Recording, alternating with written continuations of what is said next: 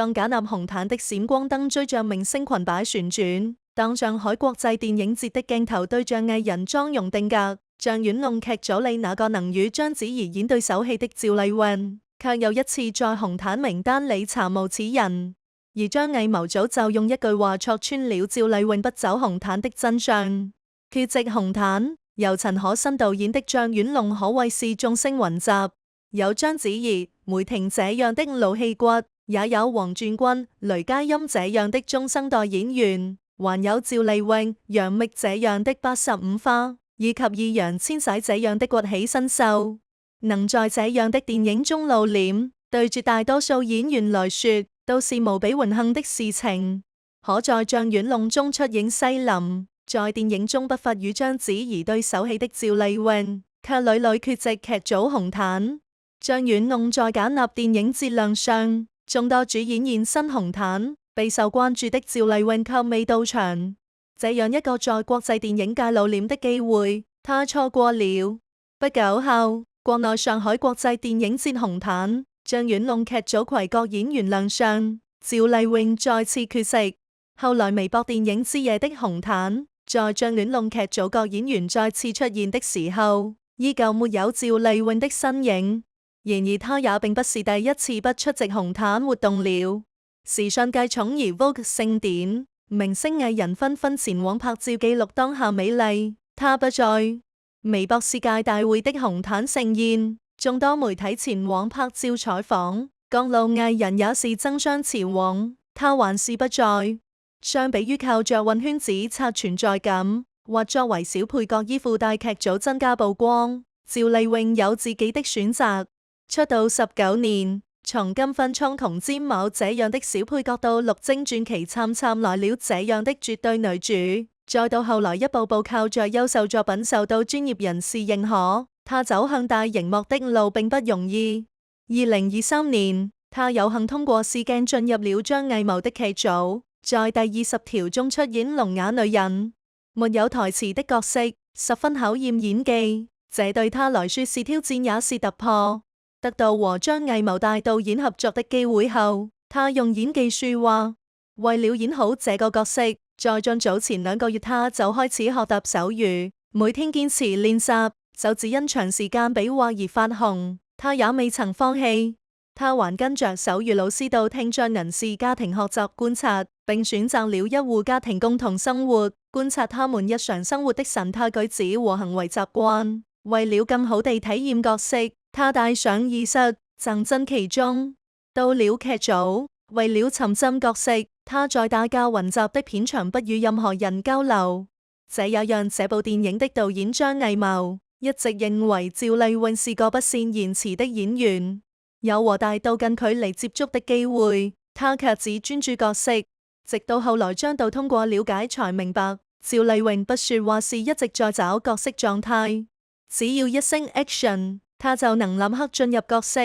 在第20條的發佈會上，張藝謀點名表揚了趙麗穎作為演員的專業性。一個被命運碾壓的底層聽障女士，用手語替代所有話語，她與苦難的抗爭，對命運的絕望，都被她演活了。在得知丈夫被判處死刑的戲份中，她三段遞進的表現，展現出了教科書級的演技。從震驚到身體微微搖晃到無聲捲縮牆角顫抖，到最後她不能再壓抑，試圖發出撕心裂肺的吶喊。對角色有深度共情，才能折射出弱勢群體在司法困境中的無力。她演出了角色的靈魂，也讓自己的演技有了高光。第20條吹響了她衝擊電影圈的號角，她也憑借此角色拿下了百花獎最佳女配角。當娛樂圈將紅毯曝光量等同於藝人價值時，趙麗穎用另一種方式定義演員的分量。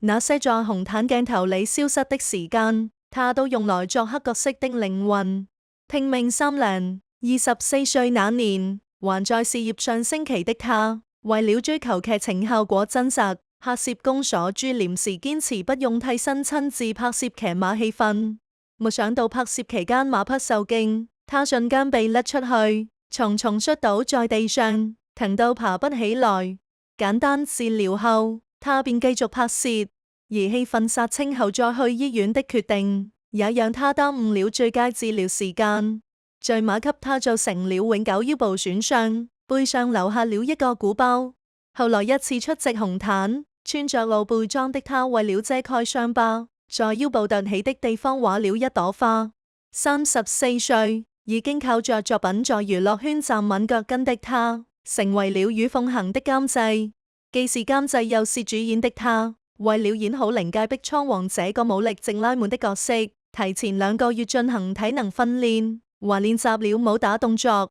年輕時留下的腰傷，也讓他會在拍攝結束後到理療館進行按摩治療緩解疼痛。第二天繼續精神飽滿進入拍攝。為了拍攝效果，夏季沒有冷氣的棚內40度高溫，他穿着厚重的戲服堅持拍攝，一絲不苟的完成艱難的動作場景，展現最佳狀態。為了最大的還原角色，在電視劇最後製作階段，他特意去進行了配音練習，對聲音不斷調整，力求在情感傳遞上做到極致，從而找到與角色最契合的聲音。在觀眾眼中製作精良的與鳳行，背後是他付出無數努力的結晶。趙麗穎對角色的編輯在張婉龍中得到了更加深刻的體現。西林這個角色在他的演繹下仿佛野蠻生長，不斷蛻變。最初的西林是上海灘的社交名媛，他總是以華麗的旗袍搭配珍珠項鏈，披上皮草披肩、金絲眼鏡，讓他顯得格外優雅與奢華。他的每一次出現，仿佛都在宣示着上層社會的光輝與優越。她是那個時代的女性典範，表面溫軟典雅，卻又擁有無法忽視的高貴氣質。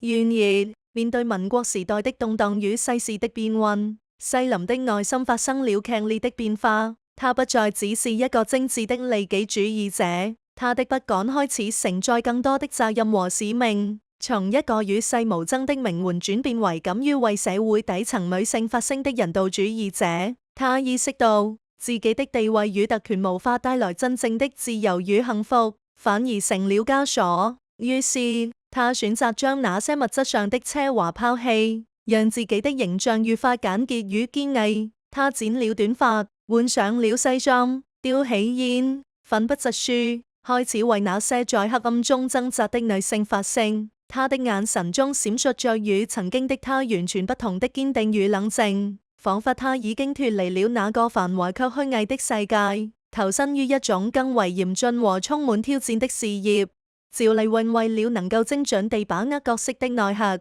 她付出了不懈的努力。在劇組開拍的前3個月，她便開始前往圖書館查找資料，深入了解那個時代的社會背景和女性的處境，去尋找西林人物內心的轉變與成長。他不僅僅在台詞與動作上做足功課，更是在角色的情感和思想變化上深刻揣摩。他需要感受到西林的成長，從一個享受浮華生活的女性，轉變為一個敢於質疑社會不公、為他人發聲的鬥士。這種對角色的深度挖掘與編輯，讓趙麗穎的表演在影片中更加立體且真實。每一次西林的眼神變化，每一場充滿情感爆發的戲，都讓觀眾看到了他背後無限的努力與專注。他不僅僅是在演繹一個人物，他是在賦予這個人物生命，讓他從內心深處生長、改變，最終成為一個值得觀眾尊敬與銘記的角色。趙麗穎深刻理解了民國時期的歷史背景和文化氛圍，並通過全身心投入的演繹，詮釋了當時知識分子的生活狀態和思想理念。在電影拍攝過程中，他專注於角色的內心世界，甚至在劇組收工後的凌晨，被狗仔拍到躲在房車裡，靜靜地練習電影中的上海報台詞。他的付出與專注讓人動容。他不僅是在演戲，更是在將角色的生命注入其中。電影花絮中有一幕，趙麗穎飾演的西林在法庭上擲地有聲地為章子怡飾演的角色辯護，他殺的不是人，是畜生。這句台詞的爆發力，正是趙麗穎演技的一次大爆發。她通過層層遞進的表現，將一個底層女性在困境中的生存掙扎具體化、形象化，呈現出她內心的糾結與痛苦。與章子怡在獄中的對視鏡頭，則讓趙麗穎將知識分子在良知與名利之間的掙扎演繹得淋漓盡致。她通過沉默的眼神交流，將這一份深沉的情感與思考傳遞給了觀眾。戲劇的張力在這一瞬間達到了巔峰。雖然電影拍攝結束後，趙麗穎並未出現在紅毯上，也未因配角身份而頻繁出現在媒體鏡頭下，但她始終堅持的是一個演員應有的初心，專注於角色的雕琢和作品的打磨。她的行動告訴我們，真正的演員不是依靠紅毯上的閃光燈，而是靠作品本身去說話，去打動觀眾。趙麗穎無聲地傳聲了她的信念和對表演的熱愛。